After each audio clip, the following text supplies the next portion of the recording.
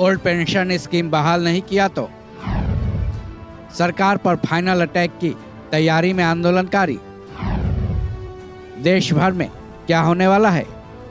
Old pension या फिर पुरानी पेंशन बहाली की लड़ाई अब शायद अपने अंतिम चरण में है, क्योंकि अब पुरानी पेंशन की मांग कर रहे आंदोलनकारियों ने केंद्र सरकार पर फाइनल अटैक का प्लान तैयार कर लिया है। एक दिन इस देश में 110% पुरानी पेंशन बहाल होगी। आजकल एक बहुत बढ़िया चलन हो गया है, जब पुरानी पेंशन की बात आती है तो तमाम सारे अर्थशास्त्री तमाम सारे आंकड़े लेकर निकल आते हैं, और कभी आरबीआई, कभी अर्थशास्त्री और तमाम तरह के लोग आकर ये बताने के लिए कि पुरानी पेंशन से देश का गर्द हो जाएगा, पुरानी पेंशन से देश का विकास रुक जाएगा। शायद ये सारे लोग झूठे तथ्य दे रहे हैं, और इसी बात को हमें बहुत ज़रूरी था क्लियर करना। जैसे अभी रिपोर्ट लगातार आ रही है कि आरबीआई ने एक रिपोर्ट दी है कि ओपीएस से राज्यों पर भार पड़ेगा और केंद्र सरकार का जो विकास का काम है वो रुक जाएगा। मज़े की बात है, आपको जानकारी के लिए बता दूं, जिस आरबीआई के अधिकारी लोग ये रिपोर्ट दे रहे हैं, अगर उनकी आप सैलरी की बात करेंगे तो वहाँ पर जो बड़े लगभग 2% के जो अधिकारी होते हैं लगभग आरबीआई के, जिनका सालाना वेतन 73.1 लाख से ज़्यादा, 1% ऐसे भी अधिकारी होते हैं जिनकी 96 लाख से ज़्यादा की सैलरी होती है आरबीआई के अधिकारियों की। वो आपको ये बताने आ रहे हैं कि ओपीएस से देश गर्द हो जाएगा। शायद अगर वो इस बात को सोचते कि इतनी बड़ी सैलरी ले रहे हैं तो उससे गर्द में देश नहीं जाएगा। लगातार अर्थशास्त्री लोग यही बात बोल रहे हैं, और ये बोल नहीं रहे बल्कि बुलवाए जा रहे हैं। ओपीएस के पद के खिलाफ में एक माहौल पैदा किया जा रहा है। और अगर मैं कुछ सवाल रखना चाहता हूँ, अगर ये बात मेरी झूठी है तो फिर विभाग के लोग इसका खंडन करें आकर के। जिन लोगों ने तथ्य झूठे दिए हो वो लोग खंडन करें। 2014 के पहले जो कॉर्पोरेट टैक्स हुआ करता था वो 30% हुआ करता था, वो 22% कर दिया गया। किसका फायदा हो रहा है, देश का या उद्योगपतियों का? 2023-24 के अगर हम आंकड़ों की बात करें तो लगभग 35,000 करोड़ की राहत पूंजीपतियों को दी गई है। देश का विकास हो रहा है या पूंजीपतियों का विकास हो रहा है? आपको अगर बात करें तो लगभग 17.46 लाख करोड़ रुपए बैंक का बट्टे खाते में डाल दिया गया है। देश का विकास हो रहा है। तमाम सारे ऐसे आंकड़े हैं जो झुठला रहे हैं इस बात को कि पुरानी पेंशन से देश के विकास नहीं रुकने वाला है, बल्कि देश का विकास होने वाला है, जबकि लगातार तमाम माध्यमों से झूठ फैलाया जा रहा है। और जो लोग फैला रहे हैं वो तो खुद बड़ी सैलरी ले रहे हैं। एक देश का अर्धसैनिक बल पेंशन ना पाए और आरबीआई का एक शीर्ष अधिकारी करोड़ों रुपए के आसपास सैलरी लेता है, तो वो ज्ञान देने आता है एक छोटे से कर्मचारी को, एक सफाई से कर्मचारी को, एक छोटे से जो बाबू होता है, जो छोटे तनख्वाह वेतन भोगी होते हैं, उनको बताने आ रहा है। और पूरा मीडिया हब, पूरा जो सरकारी तंत्र है, सबको इस बात के लिए लगा दिया गया है कि पुरानी पेंशन देने से। मज़े की बात है, जिन लोगों ने लगाया है वो खुद कई पेंशन लेते हैं। जो लोग बताने आ रहे हैं वो खुद बड़ी सैलरी और बड़े वेतन पेंशन के भोगी होते हैं।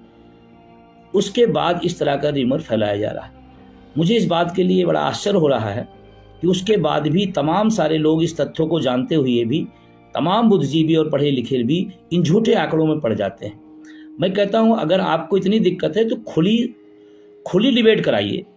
आरबीआई के लोग बैठें, जो इस आंदोलन को लड़ रहे हैं वो लोग बैठें, सरकार के नुमाइंदे बैठें, तथ्य जनता के सामने आए, पता चले कि क्या पुरानी पेंशन से इस देश का बेड़ा गर्क होगा, या जो तमाम हजारों करोड़ रुपए की पूंजीपतियों को माफ किए जा रहे हैं उससे बेड़ा गर्क हो रहा है।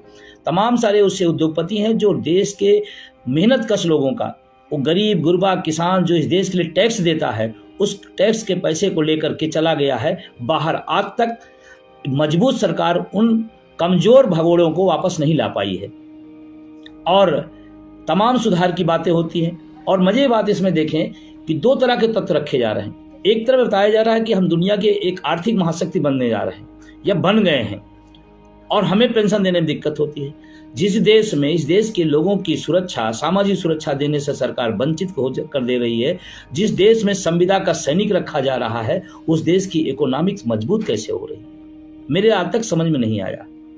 और या तो दोनों बातें एक साथ ना कही जाए, या तो कहा जाए कि हाँ देश आर्थिक संकट में है, आप लोग भी इसमें मदद करिए। एक तरफ आप दूसरी बातें किएंगे और तमाम सारी ऐसी योजनाओं में इस देश के मेहनतकश लोगों के टैक्स का पैसा फूंका जा रहा है जिसका इंतहा नहीं है। और मैं पूरी जिम्मेदारी के साथ ये बात कहना चाहता हूँ, इस देश में मैं फिर एक बात उठाऊंगा, चुनावी बांड इस देश का सबसे बड़ा भ्रष्टाचार है, जिसको छिपाया जा रहा है, जिसको बताया नहीं जा रहा है। एक बार जितने भी अर्थशास्त्री हैं, जितने भी वित्त विभाग के जानकार लोग हैं, आरबीआई के लोग हैं, मैं उनसे निवेदन करना चाहता हूं कि इस पर एक रिपोर्ट प्रस्तुत करें और जनता के सामने लाएं। दूसरी बात, इस देश के नेताओं की सुरक्षा में कितना पैसा खर्चा हो रहा है, उनकी सुविधाओं पर कितना पैसा खर्चा हो रहा है, इस पर भी आरबीआई अपनी रिपोर्ट प्रस्तुत करे। अपनी सुख सुविधाओं पर आरबीआई खुद कितना पैसा खर्चा करा, इसकी भी रिपोर्ट प्रस्तुत करे, क्योंकि आरबीआई का पैसा नहीं है, वो इस देश के मेहनतकश लोगों का पैसा है, जो इस देश के लिए योगदान देते हैं, उनका पैसा है।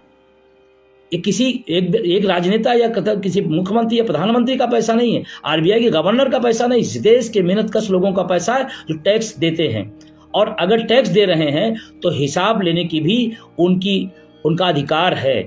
तो आरबीआई से मेरा निवेदन है कि आरबीआई के लोग अपने वेतन को देखें, अपनी सुविधाओं को देखें, उस पर एक रिपोर्ट प्रस्तुत करें और नेताओं की सुख सुविधाओं पर अपनी रिपोर्ट प्रस्तुत करें। उसके बाद फिर कोई बातचीत आगे की जाए, अन्यथा देश को गुमराह न किया जाए और एक पूरे देश के अंदर एक माहौल पैदा किया जा रहा है, ओपीएस से देश का सत्यानाश हो जाए। मैं कहता हूं इसके पहले जब देश गरीब था, इकोनॉमी बहुत कमजोर थी, तो कैसे पैसा दिया जा रहा था।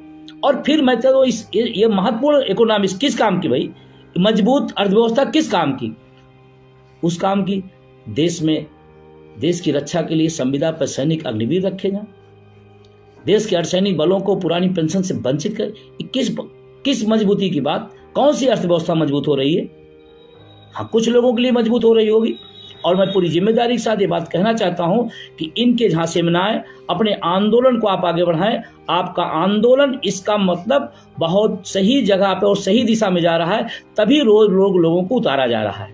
अगर उतारा जा रहा तो आपको निराश होने की जरूरत नहीं है, आपको और मजबूती से अटेवा ओपीएस के साथ खड़ा होना पड़ेगा, जिससे ये जो कुलबुलाहट है, जो झुंझलाहट है, जो लोगों से बुलवाया जा रहा है, वो तथ्य सामने आने चाहिए और आना चाहिए। और हम तो स्वागत करना चाहते हैं, लेकिन तथ्य एक तरफा ना आए। दिखाइए ना, आरबीआई रिपोर्ट प्रस्तुत करे, 800 लोगों में आदमी कैसे जीवन यापन करेगा, एनपीएस के तहत 1200 रुपए में कैसे जीवन यापन करेगा, इसकी एक रिपोर्ट प्रस्तुत की जाए। इस देश में एनपीएस के तहत कितने पैसा कितने लोगों को मिल रहा है और उनका जीवन यापन कैसे चल रहा है, इस पर एक रिपोर्ट प्रस्तुत करें। वो चाहे देश के अर्थशास्त्री हो, वो चाहे देश का हमारा आरबीआई हो, या और तमाम सारे जो यंत्र चलाए जा रहे हैं। देश की मीडिया से मैं भी एक बात कहना चाहता हूं, एक बार वो रिपोर्ट जरूर प्रस्तुत करें। इस देश में एनपीएस के तहत जो लोगों को पैसा मिल रहा है, उसके तहत उनका जीवन यापन कैसे चल रहा है। इन तथ्यों को अगर आप देखेंगे तो इस आंदोलन को बलगलाने के लिए, इस आंदोलन को दिग्भ्रमित करने के लिए ये प्रोपेगेंडा है। मैं पढ़े लिखे उस समाज से अपील करना चाहता हूं, तथ्यों को पढ़ें और मजबूती से अपनी बात रखें और अपने आंदोलन को मजबूत करें। ये मेरा निवेदन है। आने वाले टाइम में और तमाम आंकड़ों के साथ मैं आपके साथ प्रस्तुत होऊंगा और आपसे मेरा निवेदन इस बात का है, आंदोलन सही दिशा में है, आप आगे बढ़ते जाइए, साथ देते जाइए। एक दिन इस देश में 110% पुरानी पेंशन बहाल होगी।